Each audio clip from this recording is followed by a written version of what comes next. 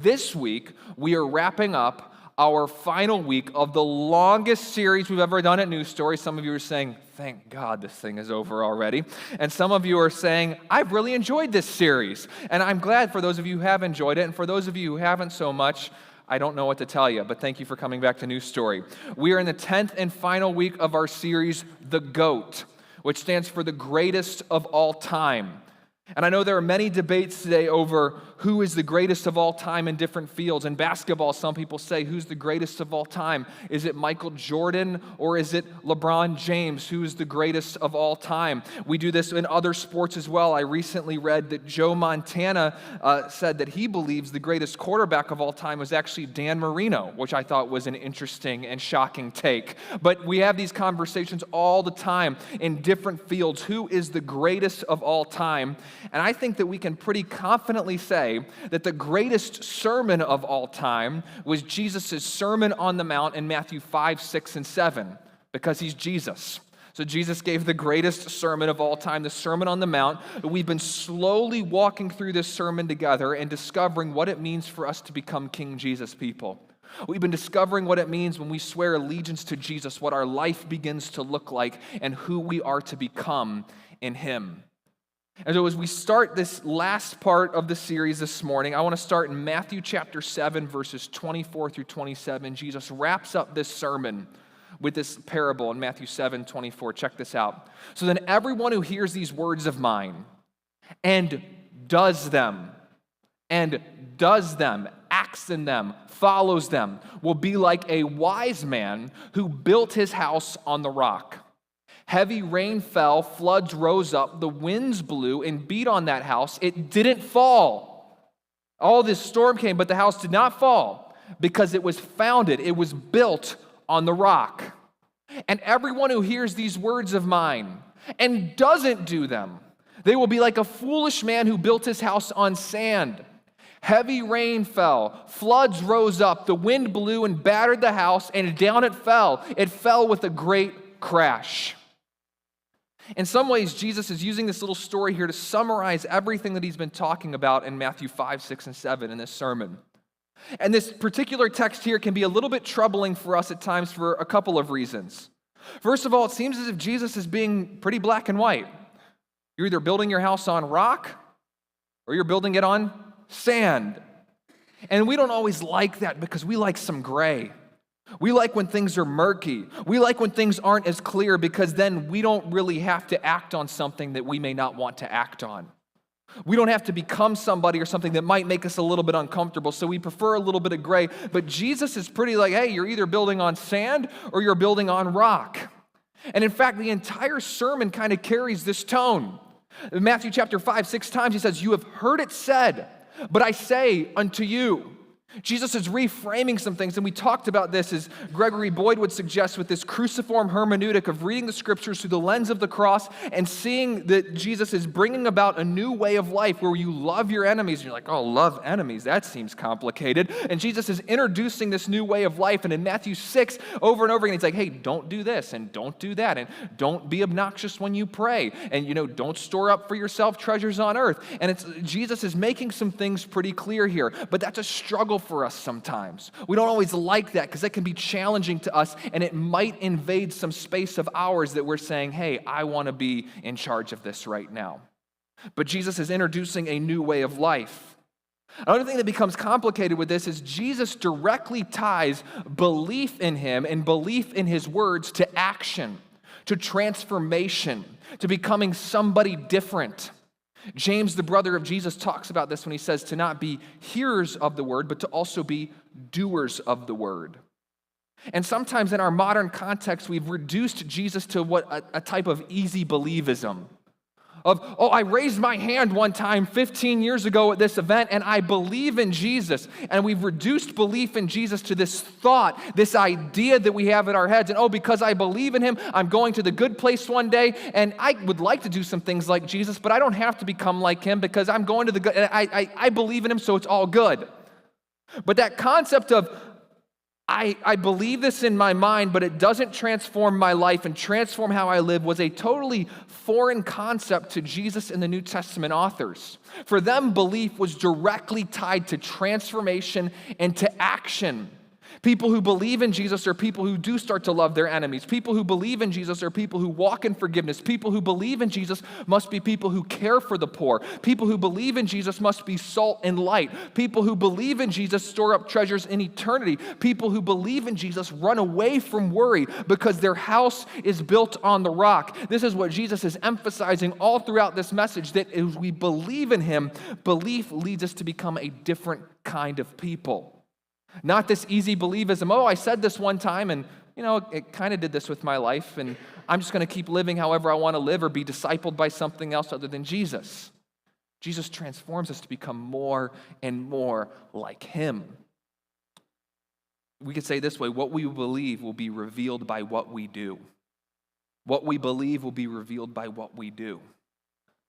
And so that's a challenge for all of us. In what I do and who I'm becoming, does it reflect a life that is following Jesus?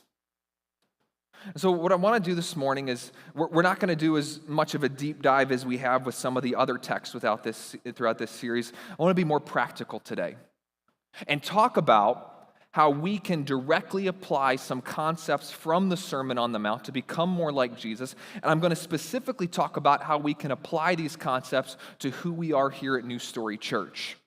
Now, many of these applications will work beyond New Story as well. They work for a kingdom purpose and a kingdom mindset. We're not the only church. This is not the only place that you can serve God. You can serve God wherever you are. You can find God moving wherever you are. God is all over the place. But we're going to talk specifically and practically today about how we can become people who build on the rock of Christ and do that in the context of New Story Church as we work and grow as a church together. And if I have one concept for us today, it's going to be this: we are contributors, not consumers. My commitment for us as people at New Story Church, if we are going to write a new story, if we are going to be surrendered to King Jesus, we are going to be contributors and not just consumers. We are going to contribute. How else can I get involved? What else can I do? How else can I serve? Who am I becoming and how am I becoming more and more like Jesus? We are contributors, not consumers. So as we build on the rock that is Christ, what does it mean for us to become contributors? Well, I have 3 words that we're going to look at today. All begin with the letter R, so it'll be easy for us to remember. And all of them are rooted in the Sermon on the Mount, so you're going to hear some text that we went over in this series. We're going to talk about very practically how we all can become more involved and we can become people who are contributors and not just consumers. Not just, I go to church, take it in, then I move on with my life. But how can we contribute to the kingdom of God at work among us within the church? The first one is this, is with our resources. With our resources. Whether it's material goods that we have that maybe God is asking you, hey, is there a way that you can give? Is there a way you can be more involved? Is there a need that you're aware of where you could help somebody out? Or maybe it's with finances. Maybe there's a way that God's been calling you to give and to serve. We started collecting offering at the end of our services at New Story as an act of worship. We didn't do that, and we're like, we should probably start doing that because that's a part of worshiping God with our finances and saying, God, this doesn't belong to me. You gave this, so this belongs to you. And so we seek to live generously. We give of our time through serving, and I'm going to talk about that more later with another one of our ours. I said that, another one of our ours. There we go. But because I do hear people say this sometimes when it comes to resources, whether it's, maybe there's something materially that, you should give up or you should give to someone else, or maybe it's giving your finances and starting to tithe or give offering. Some people say, well, I don't do those things because I give my time. And if you give your time, praise God. Thank you so much for that. That's a sacrifice. But we need to be careful with that excuse because sometimes that excuse starts to sound to me like this. Hey, I'm going to give to God's mission this part of my life that's easy for me to give to him because time, for me, it's not as big of a deal. But this part of my life for God's mission, I want to hold on to that.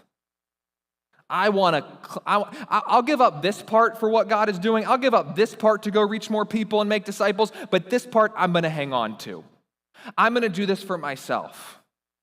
And some of you might be saying, oh my gosh, I'm in a church right now, and this guy's talking about money, and that's really uncomfortable, and I think of those people who are on TV, and one time I knew somebody who gave a bunch of money to someone on TV, and they promised them that if they gave $100, they'd get $100,000, and that person never got $100,000, and they were totally duped. And I get uncomfortable with churches talking about money. It's okay, I do too. It makes me uncomfortable to talk about it. But I will say this, if you've been coming to this church and you're saying to yourself, you know what, I'm not really comfortable giving New Story Church money and supporting them. First of all, you can always find another place to give to. But secondly, if you don't trust us and you can't give to us in that way, I'm telling you as the pastor here, you should find another church. You should find a church that you do trust in that way. Because we talk about things here that are way more significant than money. We talk about eternity and life change. If you're like, I don't know if I trust that place, you need to go somewhere else. That's not a good thing. For you to spend your time on a Sunday at a place you don't trust, that's not good. But we do everything we can to handle that with integrity, to move forward. And we say, hey, we believe we are called to give of our resources and invest in eternity here. And maybe you've never given before, and that's something you can pray about. Maybe God's challenging you to give more in some way. I sign up for monthly giving. Maybe you're in a season of life where you're like, I don't have much. Talk to God about it and see what he wants you to do. I'm not trying to say, oh, you have to do it all today, but have a conversation with God and see where he's calling you to give. And where have you been holding on that he's asking you to let go? Jesus said this in Matthew 6:19-20. Don't store up treasure on earth. Moths and rust will eat it away, and robbers will break in and steal it. No, store up for yourselves treasures in heaven. Moths and rust don't eat it away there, and no robbers break in and steal it. Jesus says, don't just invest in that which is temporary. Invest in that which is eternal. And that has to do with our material goods, our finances, our time, the gifts and abilities that God has given us. How are we serving and living with an eternal perspective? So I have a challenge for us as New Story. Back at Easter, we did an Easter offering for New Direction Christian Fellowship. And everything that we raised for New Direction, we gave 100% to them. And because of you and your generosity, we were able to give $3,000 to New Direction Christian Fellowship, which is a church on the east side. Some of you know their pastor. He's spoken here before, Shepherd Andre Clark. And through that giving that we gave to them, they were then able to use those resources to feed people on the east side of Buffalo who did not have access to food because they have a summer ministry where they feed others. And that's because you as a church were generous and were a part of that impact. In fact, I had Shep send me a little note. He said this, your generosity has helped us to continue to be the hands and feet of God. I want to let you know from the bottom of my heart that we could not do what we do on this side of the vineyard if it wasn't for churches and people just like you. This is what happens when we are generous with what God has given us. We are able to not just impact New Story, but have a kingdom impact beyond and see how our generosity is building not just our kingdom, but his kingdom, because that's what we're about here as the church. So I want to do another special offering like that one, starting this Sunday. It's going to go from this Sunday all the way through next Sunday. This one's not going to be for New Direction Christian Fellowship, although we will continue to partner with them in the future. This offering is going to be for 8 Days of Hope, but it's specifically for 8 Days of Hope's Safe Harbor project, which is happening right now in Ohio. Safe Harbor, what they are accomplishing is they are building the largest facility in the Northeast for girls who have been rescued from trafficking. And 8 Days of Hope recently wrapped up phase 1 of this project, and they're getting ready to go into phase 2. And so we have a video here this morning that I want to share with you. It's about 3 minutes long, where Steve Tiber, the president of 8 Days of Hope, shares a little bit about what God has already accomplished through Safe Harbor in phase 1 and what they're looking to accomplish in phase 2. So if you would, please turn your attentions to the screen.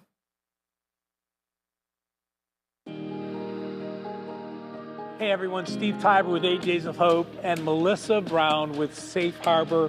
Melissa, a month ago, you and I were standing here in front of foundations, a couple walls being thrown up as we started phase 1 of Safe Harbor, which will be a campus for children who've been rescued from trafficking to get the emotional, physical, spiritual help that they need. And even though phase 1 is $3.5 million, we announced to the world July, the first week of July, standing here, that we had a matching gift opportunity. We were trying to raise around $300,000 in 30 days or less. Actually, I think it was 24 days. So we didn't give the Saints a lot of time, but so tell us what happened this past 30 days. Man, yeah, like you mentioned, we were short 300,000. We had 150 given. We were matching 150. God showed up in an incredible, unbelievable way, just how he would. We not only made our goal, we now have some seed money for phase 2. It's God, it's literally God. I mean, you can see we have 3 cottages up. And actually, we have something pretty good happening behind us right now. Oh, wait a minute, there's more. Yes, I love check it. this out. They are currently working on the chapel where girls will meet Jesus for the first time. Well, they will really understand that their value isn't in their body, their value is in the fact that God created them. Like that right there just has me so excited. Unbelievable. You know, this campus Safe Harbor, children who've been rescued from trafficking to get the help they need at no charge.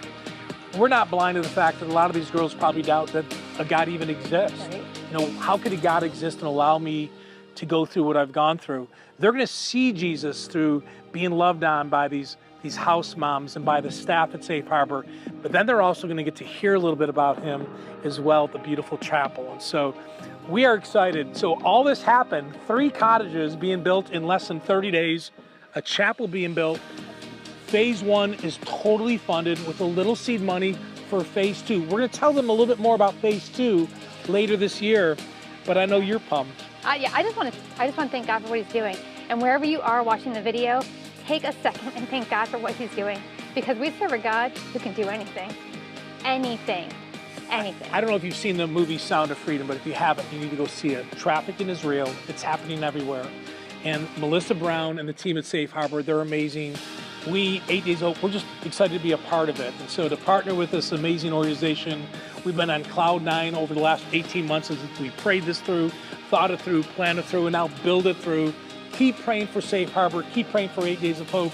To learn more about the ministries of Safe Harbor 8 Days of Hope, go to our website. Ours is 8daysofhope.com. And we are safeharborohio.org. Hey, keep praying for the ministries. If you want to learn more, go to the websites. If you want to donate, you can do that through either ministry as well. We love you guys. Go God, an amazing month. We can't wait to see what happens tomorrow and the next week. God bless you guys.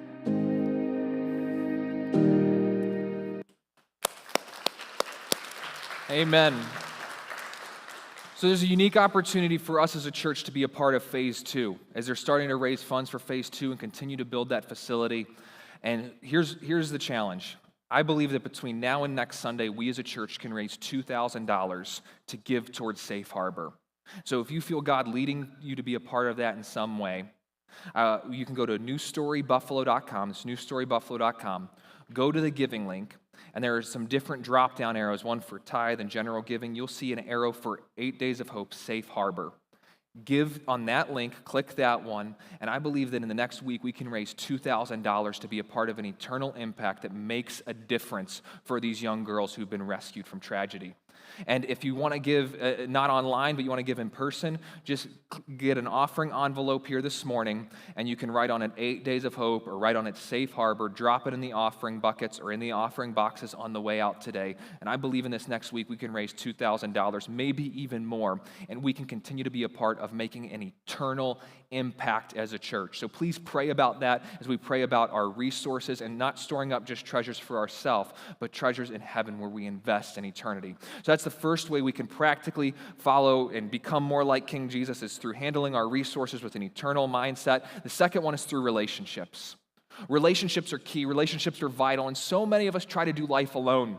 And I get it. Relationships are difficult because people hurt us. People bother us. People irritate us. I get irritated by people. We become bitter towards other people. Like, life is hard. Relationships are difficult. They aren't easy.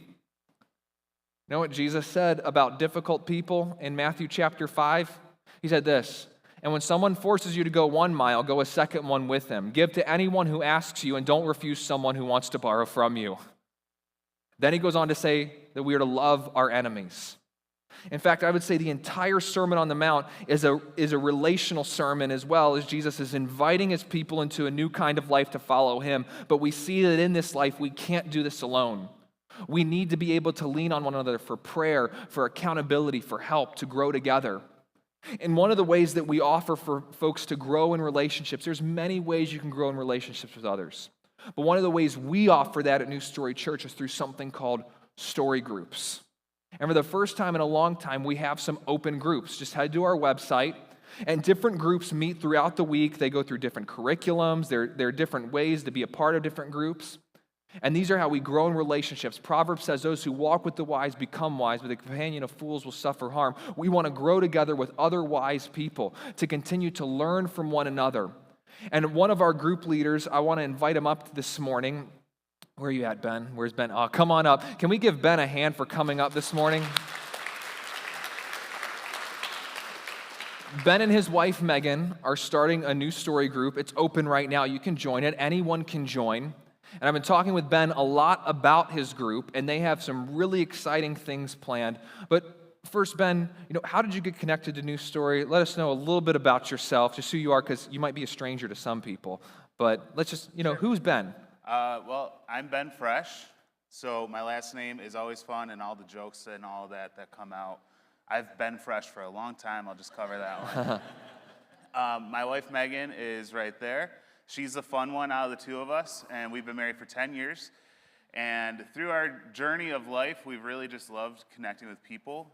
If you meet Megan, you'll instantly love her, and then you're stuck with me because of her. So we're connected in that way, and we just love connecting with people. And so connecting with you, we go way back to youth pastor days in Lockport.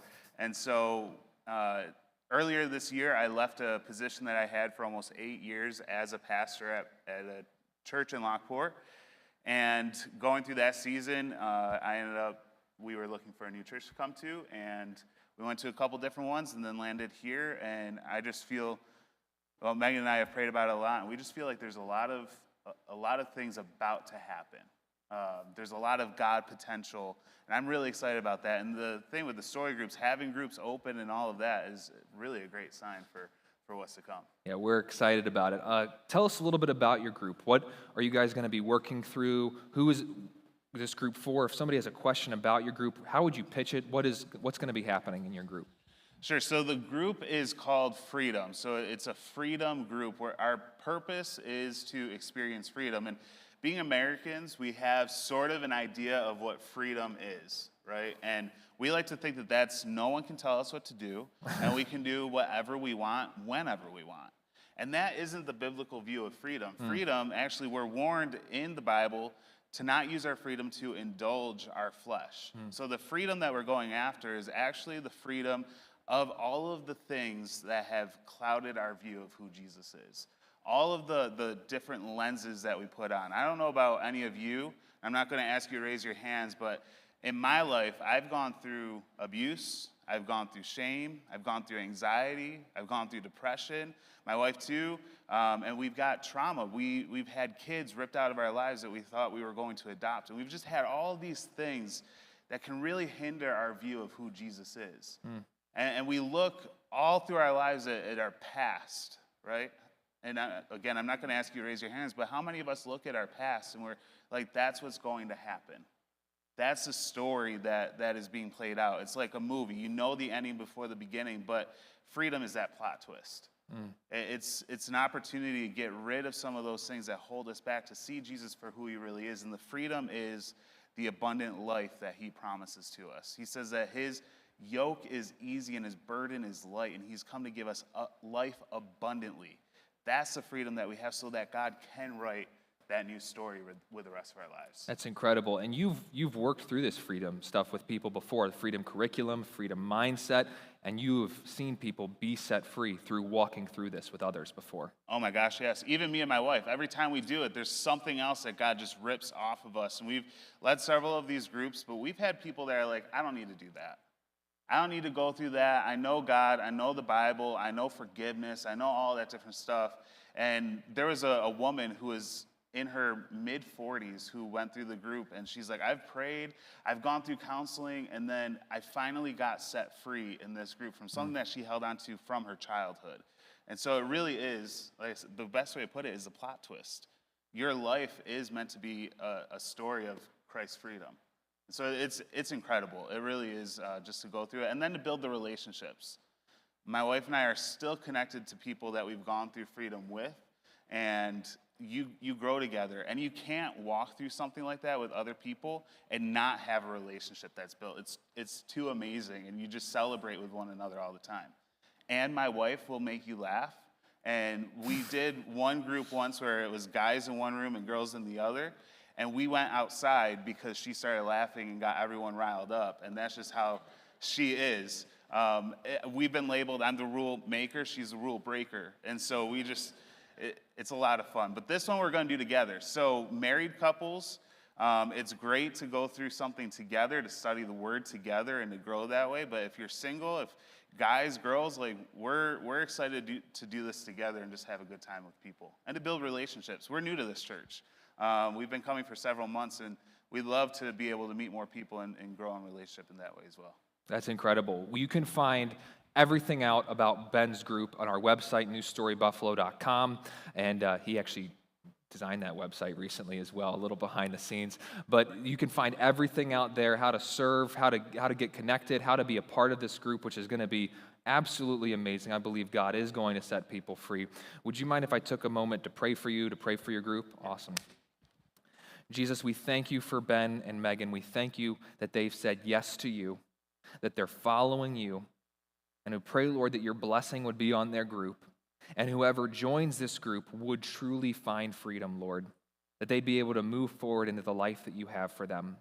And I pray that for all of our groups, Lord, as people are seeking to find you, as people are trying to get connected and grow together, Lord, I pray that you would draw people into these groups and they grow in relationships together, learn to love one another, and that your hand of blessing would be on them as they seek to follow you, Lord. Be with them, Lord. Grow them, strengthen them, and we thank you for them. In your name I pray. And everybody said, Amen. Amen. Thanks. Yeah, give me a hug. Come on. Good to see you, bud. I'm a bit of an awkward hugger, but that's an okay thing. I don't mind. The microphone can stay there. Oh, wait. So we have resources, relationships, how you can get connected in a group. Check out our website. And then lastly, your role. We all have a part to play. We all have a role to play in what God is doing. Every one of us has a gift, has a talent, has an ability, and you've been given a role to play in God's kingdom. And many people are serving here in New Story Church. They're serving in our worship team and our production team, serving in Story Kids, serving on the greeting team. And we have a whole table set up today where you can go get connected to serve, or if you have questions about serving, you can go check it out, and there's donuts over there for you as well. It's over by the cafe table. My wife set it all up. It looks amazing, and you're going to want to go over there and get connected and talk about what it means to serve, because Jesus said this in Matthew chapter 5, verses 14 through 16. He said, "You're the light of the world. A city can't be hidden if it's on top of a hill. People don't light a lamp and put it under a bucket. They put it on a lampstand. Then it gives light to everybody in the house. That's how you must shine your light in front of people. Then they will see what wonderful things you do, and they'll give glory to your Father in heaven." We are called to be a light of the world, to let our light shine, to not let the light hide. And so this goes back to, are we going to be contributors or consumers? It's easy to just, I'm just going to come to church and do my thing and move on. But there's a way you can contribute. And some of you might be believing, I don't have an ability, I don't have a gift. Yes, you do. There's something you can do to contribute and be a part of what God is doing right here, right now at New Story Church. There are other places you can serve as well. We must seek to be the people who have a heart of service wherever we go, because Jesus did not come to be served, but to serve. And wherever you are, you have a role to play. God has you there for a reason, to become more and more like Jesus and let people know who Jesus is by letting your light shine and looking like Jesus. No, we're not going to get it perfect every time, but we are seeking to follow him and to be conformed to his image. And you have a role to play. And if you've been, should I get involved? Should I not get involved? At least take a step today and stop over by the table. Look at the different areas that you could get involved and start to become a contributor here at New Story. And I want you to hear from somebody who's been serving here for a while. I'm going to invite Gracie up now during this time. Can we invite Gracie? Come on, give a hand for Gracie and for Ben for sharing. Thank you. Give a double round of applause for Gracie and for Ben. Thank you so much. Pick up this microphone for you. And Gracie's going to share with us a little bit. First of all, Gracie, How did you find New Story? How did you get connected to New Story? Because you've been here for a while now. Yeah. A hot minute. I started going to Damon University. I graduated in 2020, so then I started freshman year of college, and I went into a year of church shopping. And I got invested into a ministry called Crew, where I had a couple of friends who told me about New Story, and I had the opportunity to come. I stayed here for a couple weeks for a series to finish up, looked at some more churches, and I was like, no, New Story is going to be my home, so I've been here since. That's incredible. Thank you for sharing that. And where do you serve right now? When did you start serving? I started serving officially the beginning of this summer after the school wrapped up. I got connected through Kim. I sent her a text message and I was like, hey, I'd really like to be a part of more. And I do setup, I do tear down, and I do first time guest tables. So you do a lot. Yeah, I do a couple things. You do a lot. And the setup team, you guys get here early. Yeah, like 7:45. Oh my goodness. Well, and you're putting up the pipe and drape. That's not up all week long, but you get to do it with other people sometimes, right? Yeah, it's really fun actually. Good. I love to hear that. If somebody's here and they've been considering serving or contemplating serving or getting involved, why should somebody serve? Why should somebody get involved with New Story, whether it be greeting or production or setup and tear down? Why should somebody start serving? I think you should start serving because you really want to. I know when I started serving, it was a step into just being a part of something more in New Story. I feel like I am one of the many hands that have something going up. As you said, there's curtains, there's drapes, and it goes all the way to the bathroom where we have tissues for you guys. So there's just a lot into what's going on, a lot of hands behind it. And if you start serving, you're also going to meet people that you don't even know attend here. And there's kind of a new community created, new friendships, and it's something new that I walked into. I feel like I'm walking into a new Story when I started serving. Thank you so much for sharing. Everyone give Gracie a hand. Thank you. A new story, I like that. A new story when you start serving and getting connected. Believe it or not, God is calling every one of us in some way to be a part of His church. You can be a part of this community in writing a new story.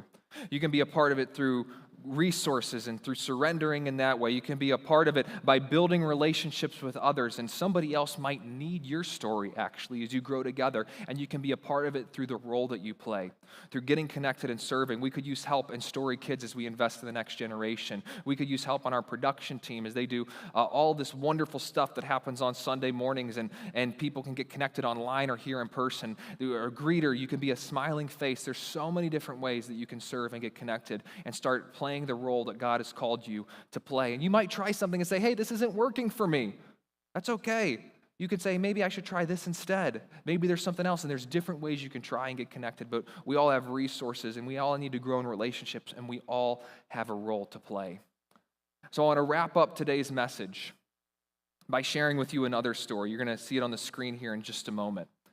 But what you're going to see in this story is you're going to hear the story of two people who are building their lives on the rock that is Christ. You're going to hear from my friend Gio. Gio and his girlfriend Justine have been coming to New Story Church here for a couple years now. You're going to hear from Nate and his new fiance, Tori. Come on, let's give them a hand. Yeah. They've been coming. You love the attention, right? No, okay. They've been coming to New Story for about a year now, and recently Nate and Gio's lives intersected in a really powerful way, and this is a story of building on the rock that is Christ. This is a story of people becoming more like Jesus. This is a story of people surrendering resources and helping one another out and growing in relationships and being connected to each other and stepping up and saying, I'm going to play a role. I'm going to play a part in what God is doing in my life and saying yes to Him. So please turn your attention to the screen as you hear this amazing story from Gio and Nate.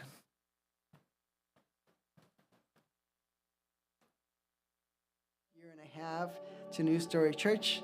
I am originally from my beautiful island, the Caribbean, Puerto Rico, and due to some difficult life circumstances, I saw myself basically needing to move to Buffalo to pursue my master's degree in occupational therapy. So while I was studying my degree, I was living in a really affordable location, splitting the rent with two other roommates. But unexpectedly, due to some circumstances, they had to leave, and then I just couldn't afford the rent at all. So I saw myself in the situation where I had to search for a new place to live, which all the options available I could not afford at all.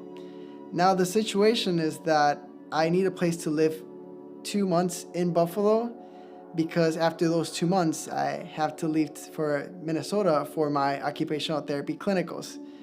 And due to that situation, I found myself without a place to live. I saw myself with 2 options. One, living inside my car, or grabbing the small tent that's in the back of my car and living in someone's backyard, or living in the park. Now, I felt in my heart to text Pastor Scott, because by that time I already knew that there was a strong sense of community in New Story Church, and I saw that as a possibility, an opportunity to live with somebody with the same core values as me. Hello, my name is Nathan, and I've been serving at New Story for about a year. Pastor Scott informed me about Gio's situation and asked me if there was anything I could do to help. I told him to give me a week to think about it and pray on it, and within a day, God was calling me and speaking to me to welcome Gio into my home. At first, I was nervous about the move because hospitality really isn't my thing, and I just decided to say yes and trust God. What has been really cool about it is that the second Gio moved in, we clicked instantly, from gaming to movies that we like to deep conversations. It's been a real blessing to have him in my home. So this whole scenario, this whole situation has really truly been a blessing to me. It's been a great opportunity because I've really been an eyewitness to how God takes my plans of living in my car, or living in someone's backyard, or living in the park on my small tent, and making it on something so much better, to having a roof over my head and being able to call the person I live with my best friend, which is great. It's really amazing. Now, this has all been possible because of the church, because of that strong community that the church has. And I'm really blessed and happy that that is available for me. Now, because of that, I'm really happy and fortunate that after my clinicals are done in Minnesota, I can come back to Buffalo to that strong community.